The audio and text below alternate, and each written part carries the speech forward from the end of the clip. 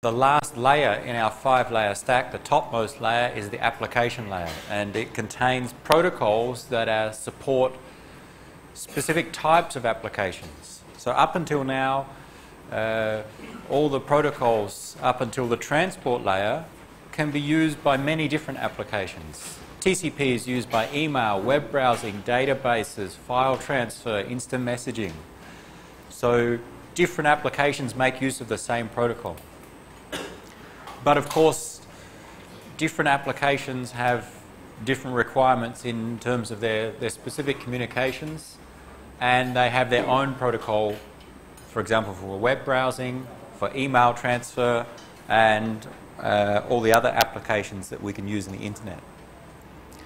In this topic, we're just going to talk about one example internet application. Because there are many, we cannot cover them all. We'll cover the one that we use most often, which is web browsing, and we'll see a supporting application, one that you and I, as the users, do not use directly, but your internet applications make use of. That is, your web browser uses DNS. So we'll cover briefly just the concept of DNS and then the basics of HTTP. We'll do it briefly because A, you've used them, and B, you've seen them operate in the assignment. So you've seen the basics already.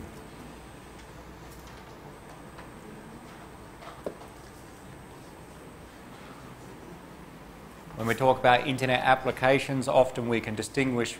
So on one computer, often there's the human user, there's some user interface, there's the logic of the application, the thing that does what the application needs it to do. For example, a web browser needs to parse HTML to display things on the screen, provide some processing at the web server. And then the last part is the communications part. Internet applications or networked applications by definition work by communicating between two or more instances of the application, commonly between a client instance and a server instance. So there needs to be some communications. So when we talk about application layer protocols, it's the protocols for the communications part. We talk about web browsing. Your web browser has code to create the graphical user interface, to process the HTML it receives and create the graphical elements, and also code to do the communications to the web server. And that code implements a protocol. In the case of a web browser, it implements HTTP. So the communications part follows some application layer protocol. And there are many. Okay, I think we've listed them throughout the course and just some of the examples listed here. Different types of applications and some of the protocols related to them. For file transfer, we have FTP, trivial FTP, or BitTorrent, and others. So they are examples of protocols that support different applications. Most applications follow this client-server model. A client initiates communications to a server, and the way that they are implemented usually follows that model as well. Usually they are implemented as some software process that runs on your computer, not part of the operating system, but a user-level process. And because the application layer operates on top of the transport layer protocols, TCP, UDP, are implemented inside the operating system, whereas your application is outside the operating system. It's a user-level process. There needs to be some way for your code, when you write an application, to access the operating system implementation of TCP. And a common API, programming interface, is called the sockets interface, that allows you to write code that can access the transport layer protocols. We're not going to cover how that works. Next semester in your lab, you'll see some code, so some source code, that for a very basic internet application, both a client and a server, and see the code for how to send data across a TCP connection, establish the connection, and so on. We'll describe then sockets next semester. So we're going to focus just on web browsing and HTTP, just a very quick example. But we've already mentioned throughout the course that we've got different types of addresses. Our computers use IP addresses. When we send an IP datagram, we need to know the destination IP address, so we know which computer in the internet to send it to. But us humans would prefer to use more user-friendly names like domain names. So let's briefly mention what we mean by a domain name and then see how DNS maps a domain name to an IP address. And then we'll see how HTTP works. So we have IP addresses. We can think that they identify computers, or more specifically, interfaces of computers in the internet. My laptop has an IP address to identify its wireless LAN interface. So if someone wants to send data to my laptop, specifically to my wireless LAN interface on my laptop, they need to know my IP address. Domain names are user-friendly ways to identify computers, okay, as opposed to the computer-friendly IP addresses. And we've seen, you know what a domain name looks like, that has some structure, so it follows some hierarchical structure. Now just to be clear, what is a domain name?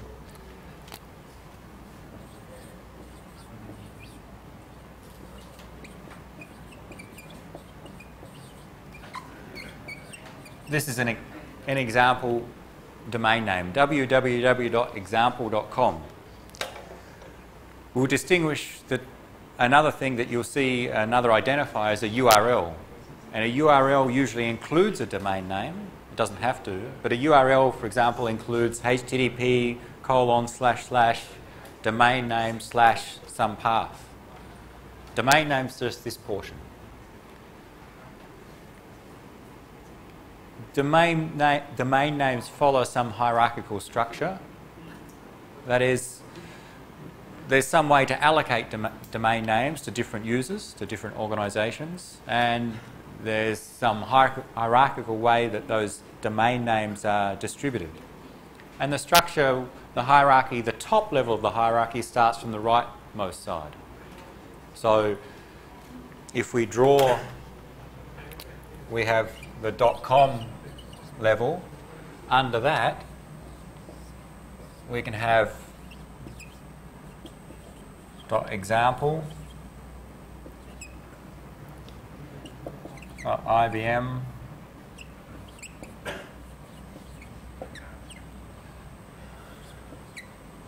we can have different domain names under the .com level. So here's how we get our hierarchy. And then within each of them, we can have another sub-level.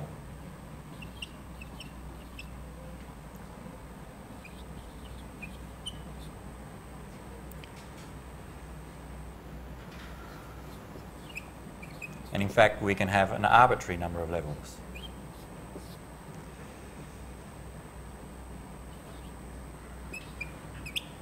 So we could have a domain name a.test.example.com.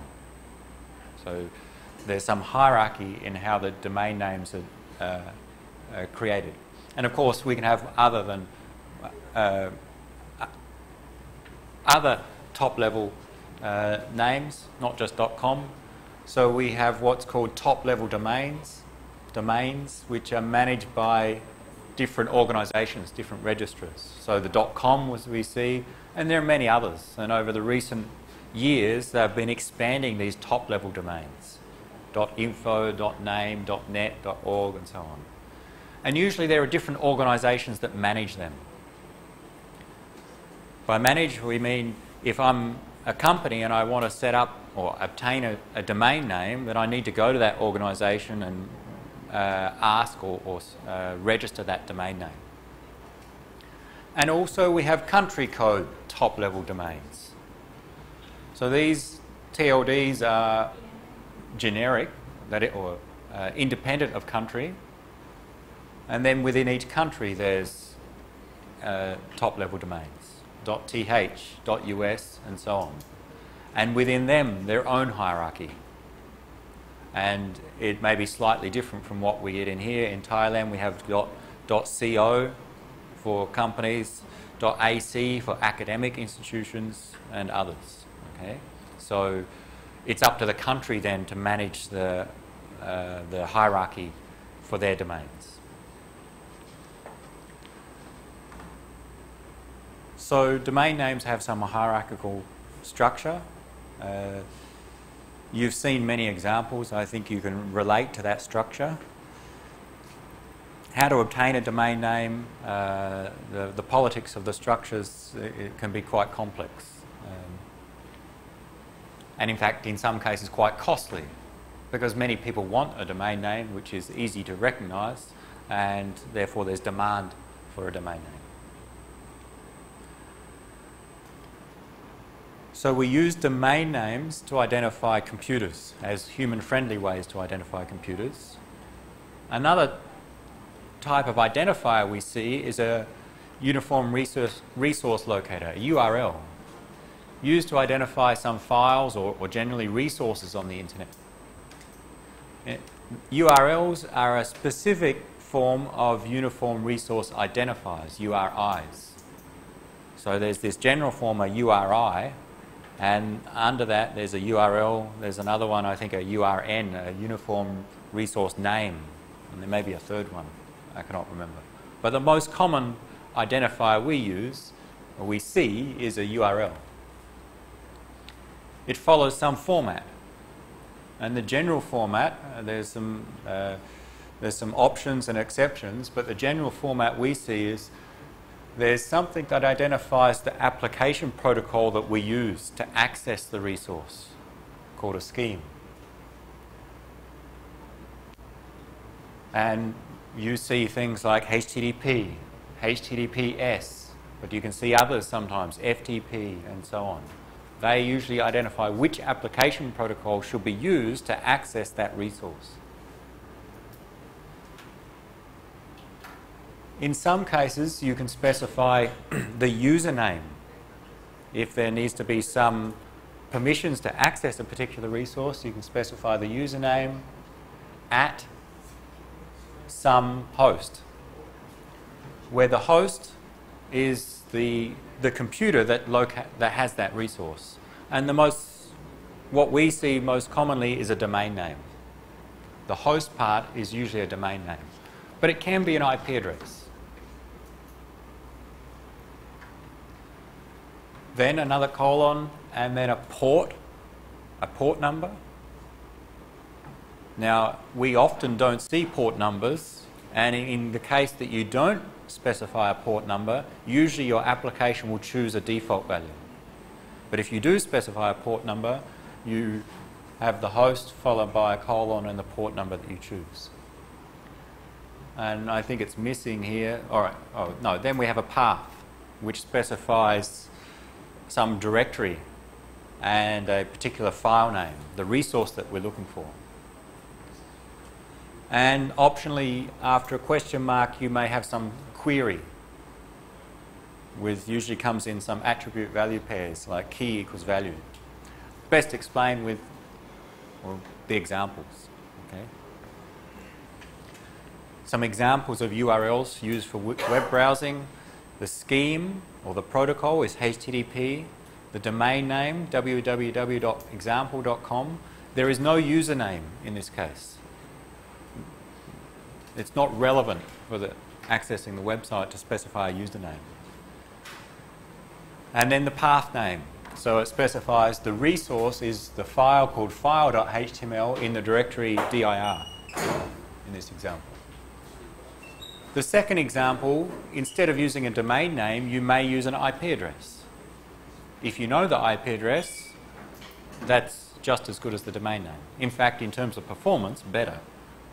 And it also specifies the port number. In the first instance, if you type that URL into your browser will assume that you want to access port number 80 because the default port number used by HTTP is 80 at the server. But if you specify the port number, then your browser will connect not to port 80 but to port 40240 on the server. So you can specify the port number of the destination. So this is the destination IP, the destination port number. It doesn't have to be, well, there's also HTTPS for secure web access. That triggers your browser to create a secure connection to the server and uses a different port number, 443 in this case. And you can see sometimes you can have queries at the end of the path. Pass some parameters and their values to the resource. And some other examples, email examples and remote login. For example, you want to connect to a server using SSH, Secure Shell. Allows you from your computer to run commands on that destination computer. If the destination computer is example.com and your username is Steve, then you can supply this URL. And your client application will use SSH to connect to the server. The default port number is port 22 for SSH. They will connect to example.com and supply the username Steve. You can also supply a password, username and password, okay, and port number. So there are some exceptions, and other cases that are not listed here, but it gives you the basic format of a URL. A URL identifies a resource on a computer. A domain name identifies a computer. An IP address identifies a computer. Domain names are just user-friendly ways to identify the computers.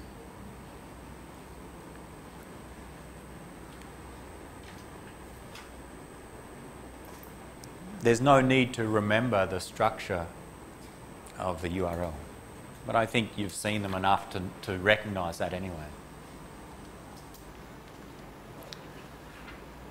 So we have two types of identifiers for computers, domain names and IP addresses.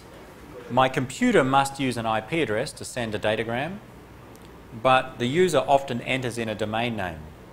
So we need some mechanism to map from the domain name to the IP address.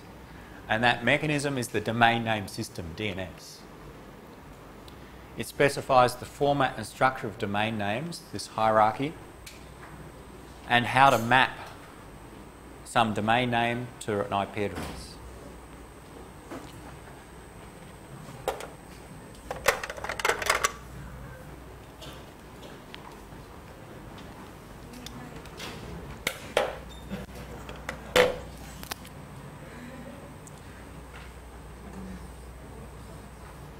Here's my computer, 1.2.3.4, and I'm running a client application on it. There are many other computers on the internet.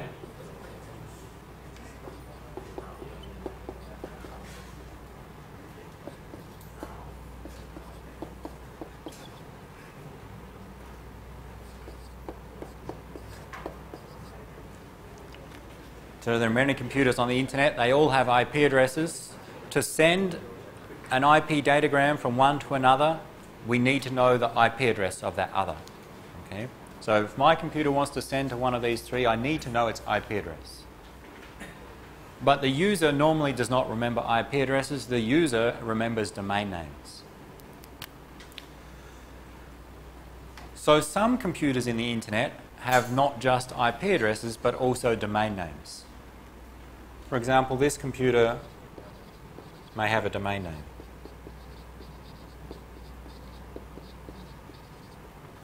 And this one may as well.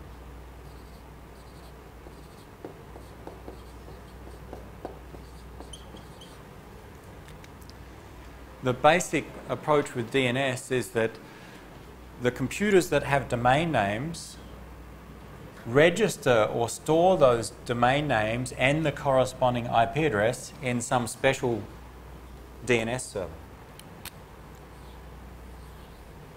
Another computer. Where a DNS server really maintains a database which stores domain and IP. So this DNS server maintains a database which has both of those values. So this computer obtains a domain name, so it registers a domain name through some organisation. They pay some money per year to get access to this domain name, and then register that domain name in a DNS server. So they tell this DNS server the domain name www.example.com corresponds to the IP address 5.6.7.8. And this DNS server stores that information in some database. Similarly, this other computer on the internet may do the same and tell the DNS server www.test.org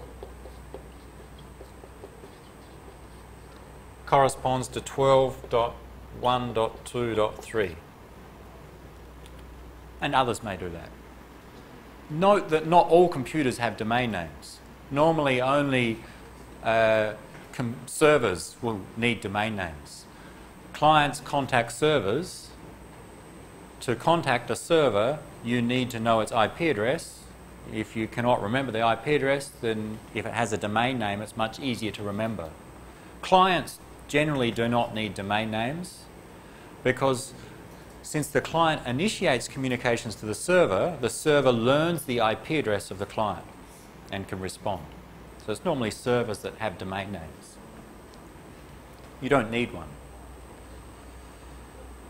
So this registration must take place, and a DNS server stores this mapping from domain to IP address. And now when my client application starts, so on my computer I start some internet application, the client, and I type in a URL, like one of the examples we saw before. As part of the URL, I'll specify a domain name. That indicates the destination computer. The user types in a domain name to indicate who it wants to contact. For my computer to send an IP datagram to the destination, I need to know its IP address. So before I can send an IP datagram, my computer uses what's called uses the DNS protocol. Inside your computer there's an implementation of a DNS Resolver, and the basic approach is that DNS sends a query to a DNS server asking what is the IP address for this domain name.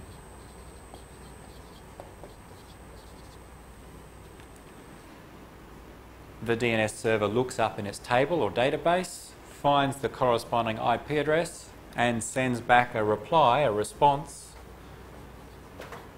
telling the IP address.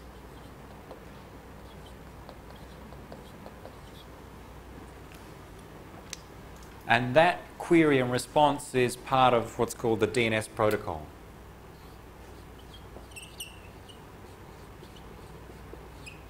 So there's a protocol to do that automatically.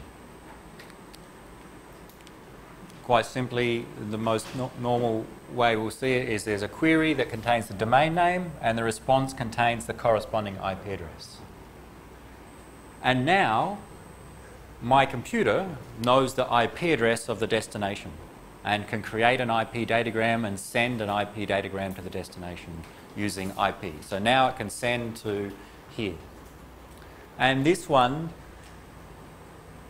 because in our IP datagram the header includes both the source and destination address, when this computer receives the IP datagram, it knows the client's IP address. So that's why there's no need for a domain name for the client. and then they can exchange their data, whatever the application needs to do. So the DNS part happens before we send our data to the destination server. What we do is we contact a special DNS server, which should have some mapping of domain names to IP addresses and tells us the corresponding IP address. If 1 week later this IP address changes for www.example.com, then this server should update the DNS server. So tell the DNS server my IP address has changed. So the next time I try to contact it, I type in the domain name, send a query, and get the response with the updated IP address. So from the client's perspective, the user just needs to know the domain name. We use DNS to find the corresponding IP address. That's the basics of DNS. On the slide, and that tries to capture in a little bit more detail, but I think what we've done on the board is sufficient for understanding DNS. There are many questions you should have about this. It's much more complex than this simple example. There's more than just one DNS server, for example. There are many DNS servers. There's not just one in the world. There are many DNS servers. In fact, we get a hierarchy of DNS servers. So sometimes you may send a query to a DNS server and it may not have the registered IP address. So it may ask another DNS server. So it's more complex than this, but the concept is query a DNS server, the DNS server sends back a response.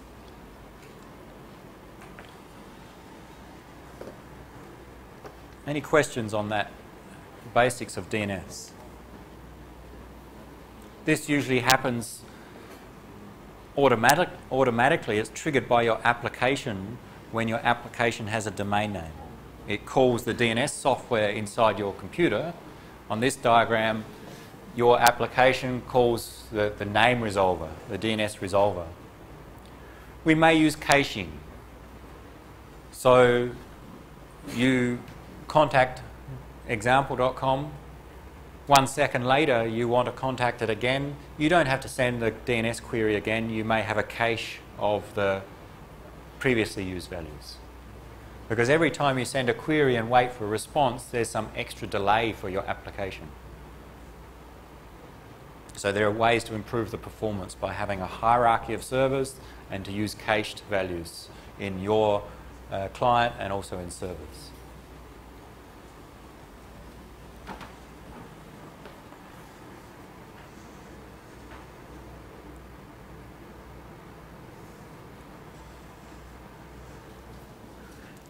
One thing that's missing is my client, where did it send the DNS query to? For this to work, my client needs to know the address of the DNS server. So I haven't drawn it here, but the DNS server also has an IP address. And my client must be configured to know an IP address of a DNS server so that it can send a query to that DNS server. So one configuration of your client is usually in the network configuration is one or more DNS servers. You can usually set that manually. Sometimes it may be set automatically using DHCP. On my computer, I can look at the connection information for my current internet connection. Shows me some details about my connection, and it shows me my IP address, and it shows me I have 2 DNS servers configured for my computer. A primary one, which I'll contact first, and if there's no response or if I need quicker, a secondary DNS server. 10.10.10.9 and 192.168.20.103. So when I type in a domain name in my web browser, the DNS software on my computer sends a query to 10.10.10.9, and 10.10.10.9 hopefully has the IP address for that domain name that I queried, and will send back a response. If it doesn't, then it may send a query onto another DNS server. So there's a hierarchy or multiple steps there. You can change those values normally in your network configuration.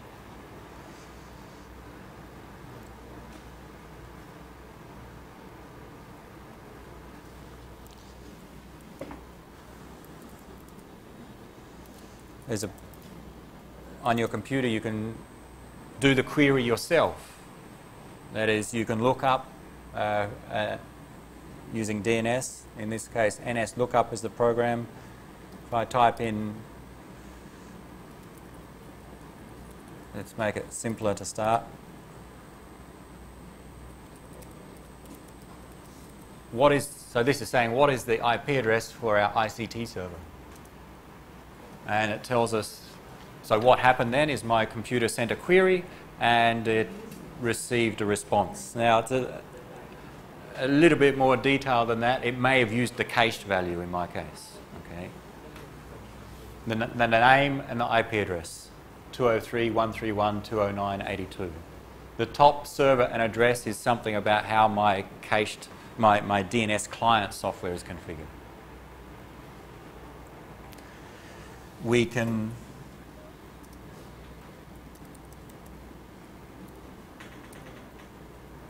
ask a specific DNS server by giving that second option.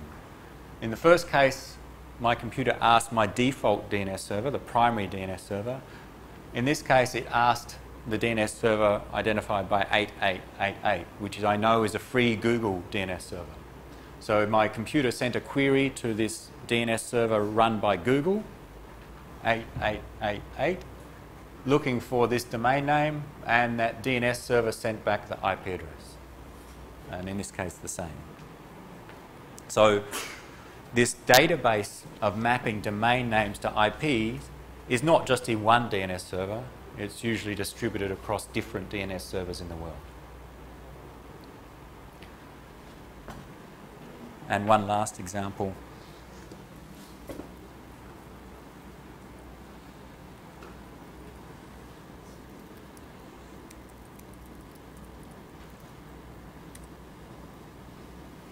Again, I asked, what is the IP address for www.google.co.th?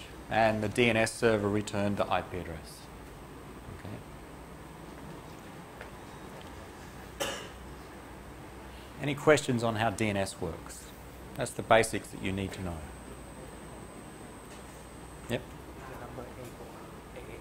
8888 is the IP address of a DNS server. Okay. There are many DNS servers. Normally, internet service providers, your ISP, will maintain one for you, but some companies maintain public DNS servers. And I know this is a public DNS server owned by Google. They make it available for anyone to use. Is 127.0.0.1 the default for all computers? No, that's a special case on my computer. The 127.0.0.1 is because I have a cache software that what it does, it sends a query to itself, to my own computer. You know that 127.0.0.1 is the loopback address. Send a query to yourself. Basically, I run my own DNS server on my computer. So in that case, and it's not a good example, I send a query to the DNS server on my computer. And that DNS server maintains a list of some domain names and IP addresses. It's just a fancy way to do a cache of a DNS. If my local DNS server doesn't have the answer, it may query a real DNS server.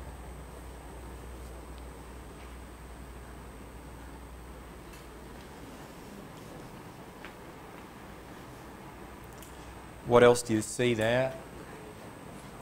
DNS. The other thing you may see here, the address, hash 53. 53 is the port number used by a DNS server. Web servers use port 80, DNS servers use port 53. And what else not shown there? DNS uses UDP as the transport protocol, not TCP. So you send a UDP datagram. Any other questions on DNS?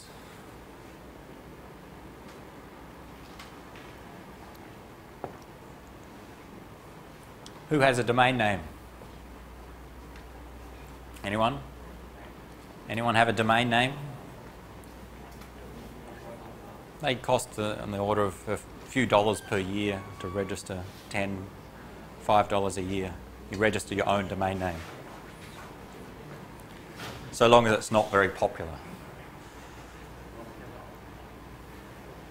If you have your own domain name, then people can find if you have your own server based on the domain name.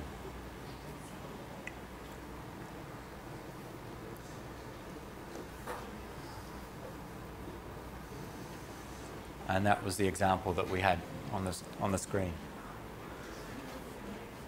And finally, one quick example of using HTTP for web browsing. So our application, often the user enters a domain name. Before our application sends data, DNS goes to work, finds the IP address, and then our application sends data. If our application is web browsing, how does it send that data? Using HTTP, the Hypertext Transfer Protocol.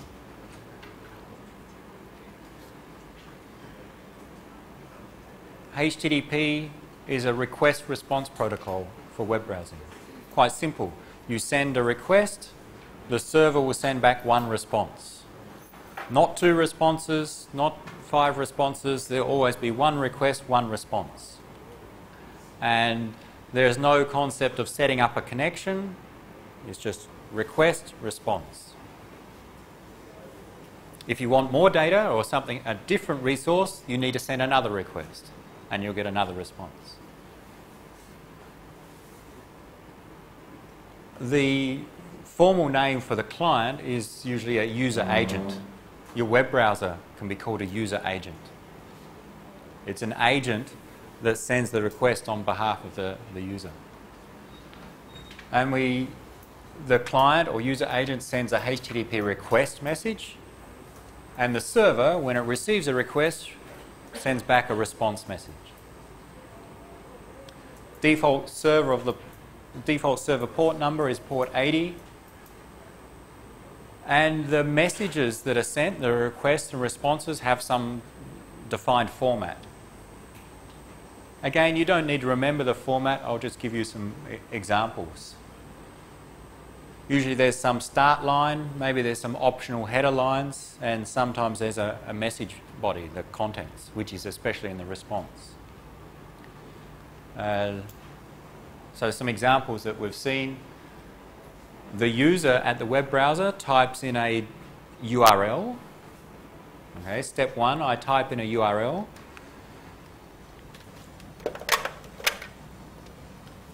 Not just a domain name, but a protocol or a scheme, and some path. I type in a URL into my web browser, press enter. First, DNS goes to work because I supplied a domain name. My computer needs the IP address. So DNS goes to work, sends a query for that domain name.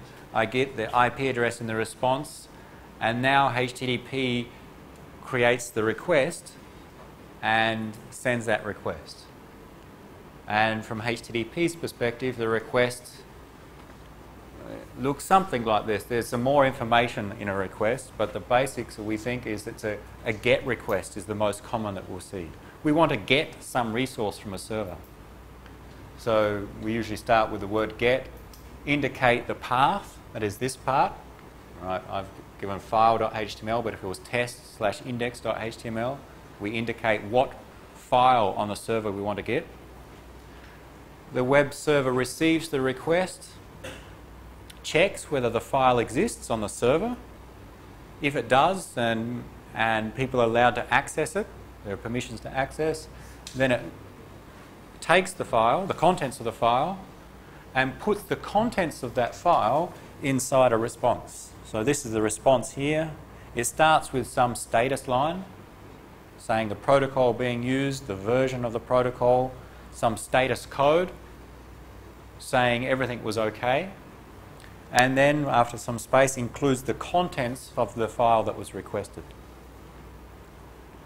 Sends it back, and your web browser, when it receives that, it sees everything was okay, so it takes this contents and uses it to display something on the screen.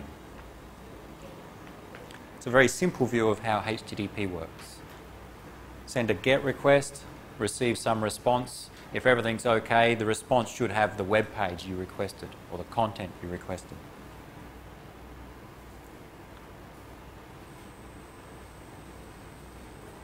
Any questions on HTTP? I think that's all you need to know. Well, a couple of other things we'll mention, but it's not so complex. And because you've seen it in the assignment, and we've seen it in a number of examples through the course, we don't need to go into any more detail. The structure of these messages, so there's some defined format for exactly what needs to be included in the request and the response. Some of the information is given here. So in a request message, there can be a GET request, but there are other types of requests. A head, options, a post request. So there are other types. The most common one you'll see is the GET request. So in fact, the first line includes the method, the URL, or actually the path, and the version of the protocol being used, say HTTP/1.0. That's the request.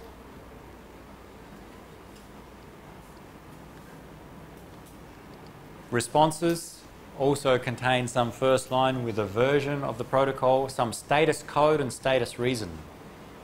In the previous example, we saw 200 OK. There are others. 200 OK means everything was worked correctly. The request was successful. 404 not found. You often see that. You request a resource which is not on the server. The server sends back a message, not found. Unauthorized, if you must provide some username and password to access that resource, you may get an unauthorized message back. Not modified, you may see sometimes, because let's say you request a web page from a server and it sends back 200 OK with the web page. 1 minute later, you request the same web page. Instead of sending back that same web page, the server may say, you just requested that page 1 minute ago. It has not been modified since your last request.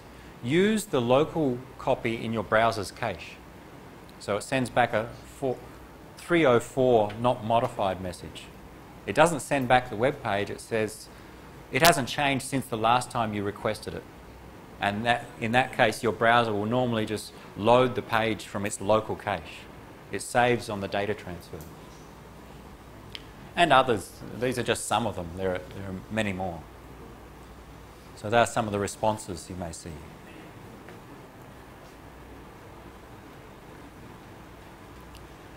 And the requests and responses may have optional header fields.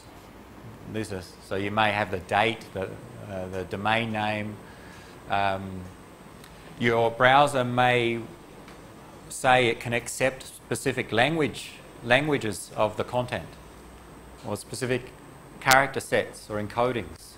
So if the web server stores the same page but in multiple languages, and you request and say you accept English and Thai, and the server has it in many different languages, it should try and send back either English or Thai of the content. So that's the concept of using a header that says what your browser will accept in terms of the language. And the content length, the content type, you may compress the content, and many other fields are optional in the headers.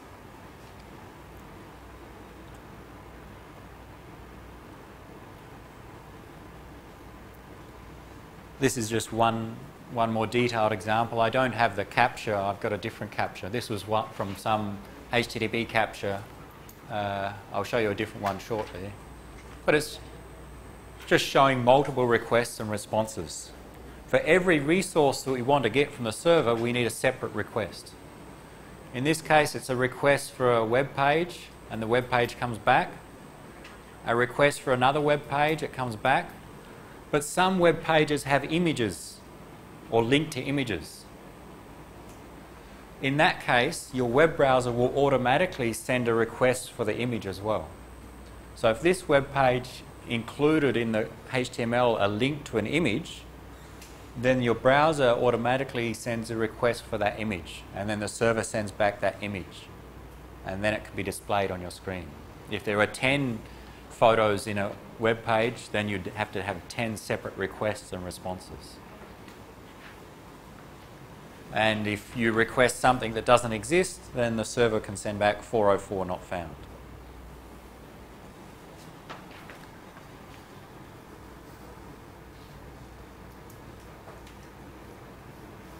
Our last example.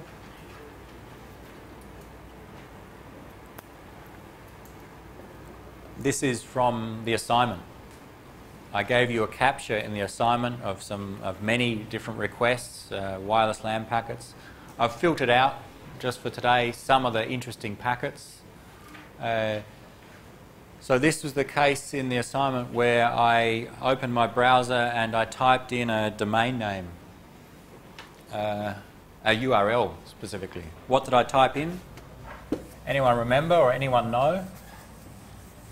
What did I type in the address bar of my browser in this case?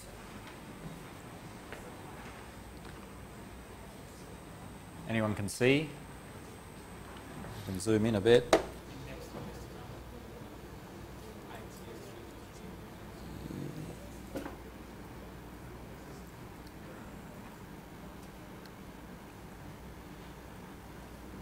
Sorry, I'll just scroll down again.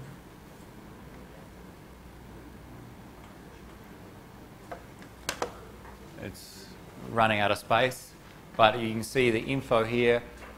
In summary, the first 4 packets are DNS requests and responses, queries and responses. In this case, what happened is that my computer sent 2 requests at the same time to 2 different servers, to my primary and my secondary DNS server. A way to get a quick response: send 2 requests, and the closest server, or the first server that responds, gives me the answer. So I send a query for ict.sit.tu.acth. So that's the domain name I typed into the browser.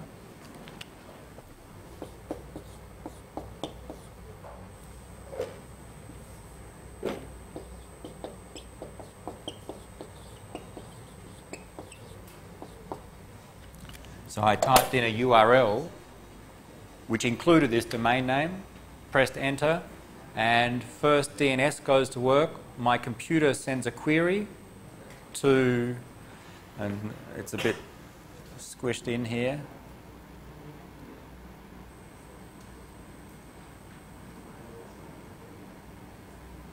to the DNS server 203.121.130.39. At the same time, or slightly later, it sent a query to this other DNS server, 8.8.8. And both DNS servers sent a response containing the IP address. So query, response, query, response. So the IP address for the ICT server is 203.131.209.82. What are the next 3 packets? The orange one, what's that? What's the orange packet? TCP what? Handshake. It's the start of the TCP connection setup, the 3-way handshake. The next 3 packets are SYN, SYNAC, ACK. So that's... HTTP uses TCP as a transport protocol. So to send the HTTP request, we need to set up a TCP connection. So my computer sets up a TCP connection with the ICT server. That's these 3 packets. And once it's set up the connection, then it can send TCP data.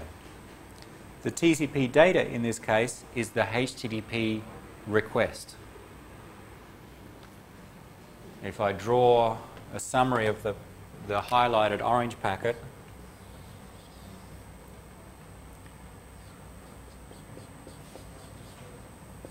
it's a TCP segment. The data of the TCP segment is the HTTP request. And in fact, the TCP segment is inside an IP datagram, and in this case, that is inside LLC and 802.11. They are the data link layer and the MAC layer headers. That's our frame that's sent out of my computer. And the request from HTTP's perspective is a GET request.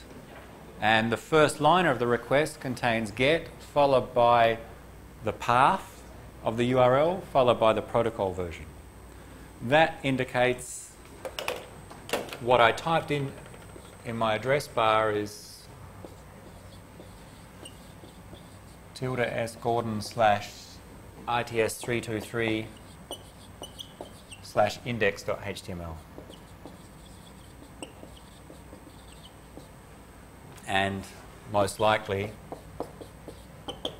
http://. So that's the URL that I'm accessing. I send a request. What does the request look like? If we can expand that request down the bottom, the first line is this GET path protocol version here. Then there's a set of header fields, optional header fields. This indicates the domain name of the server. The user agent indicates the browser. It's an identifier for the browser. Mozilla running on Ubuntu and the version and so on. Then I have in my request some preferences in terms of what my browser would like to accept, what language I would like to accept. It's not required, but it's just a preference. I may accept compressed or gzipped data, and a number of other fields in the header. That's all part of the request. This is just the TCP ACK. So I send a request to the server, a TCP segment containing data. The server sends back a TCP ACK. And then eventually the server sends back some data, TCP data, which is the HTTP response.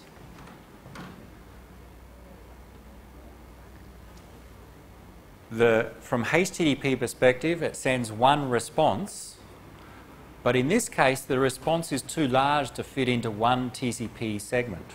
Remember yesterday we said the application may send 10,000 bytes to TCP. TCP breaks that into multiple segments and sends those segments separately. That's what's happened here. The web server application has one HTTP response.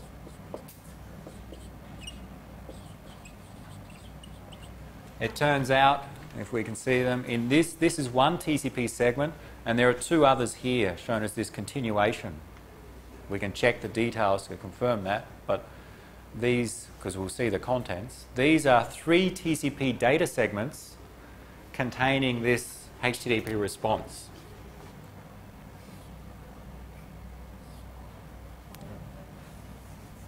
And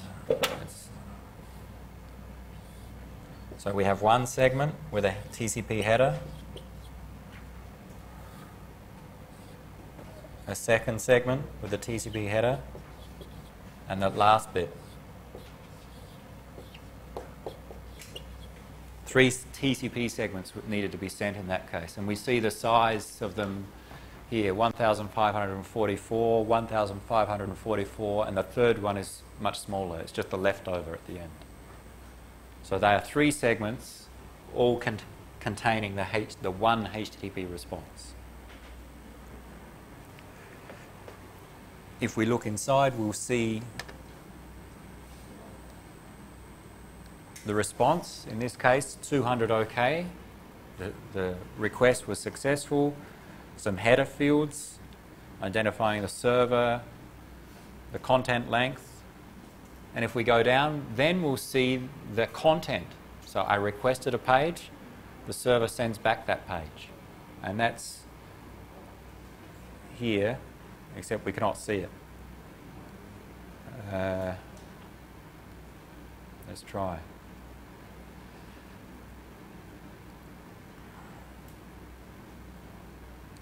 I have to make some more space.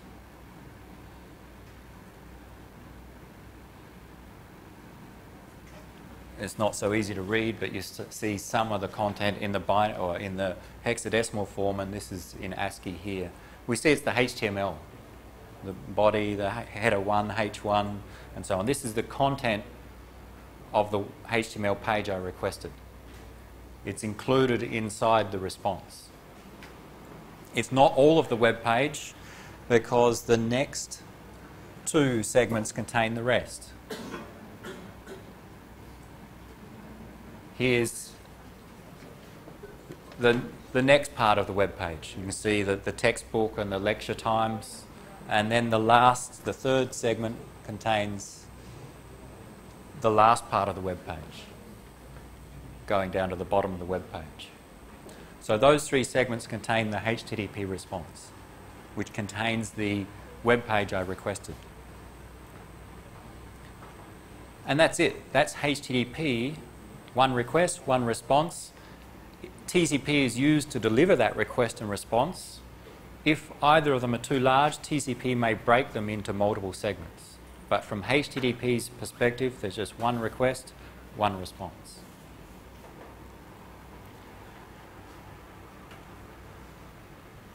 Any questions on that capture or how HTTP works?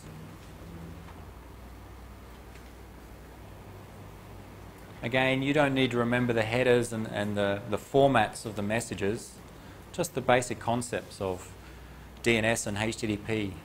Find a domain name, find an IP address given a domain name, HTTP, request a resource, send back a response, if successful, containing that resource. HTTP uses TCP as a transport protocol, port number 80. DNS uses UDP as a transport protocol, port number 53. If we see the orange packet, the DNS request or query uses UDP, destination port 53.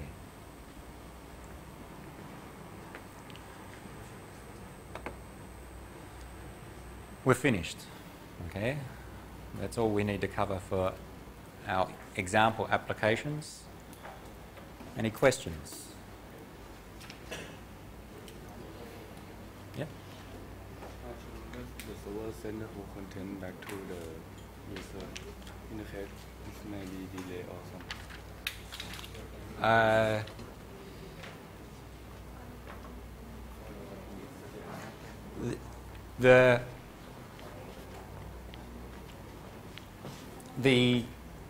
The HTTP response was split into three parts.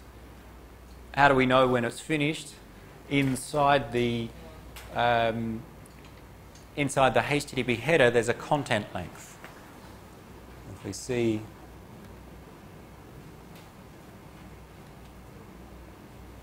I have to scroll down. Content length 2856. So when the server sends back the response, we'll see in the header, this response is 2,856 bytes. So we have to wait until we receive all those bytes before we can process that response. So if it's in 3 segments, we have to wait until we get all those bytes. If it was in 1 segment, we'd receive it all at once. But once we get all of those bytes, then we know that we've finished receiving that one response.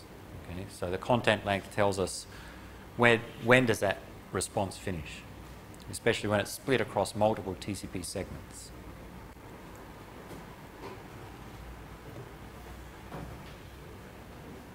Any other questions on any of our topics, especially HTTP, DNS, or maybe TCP from yesterday?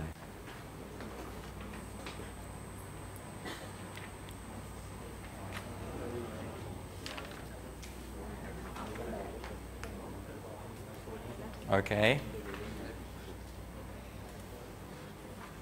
Okay. Easy? It's one of the easier parts of this course, at least. There are many details, especially of DNS, that we do not cover, but the basic concepts, I think, is enough for this course.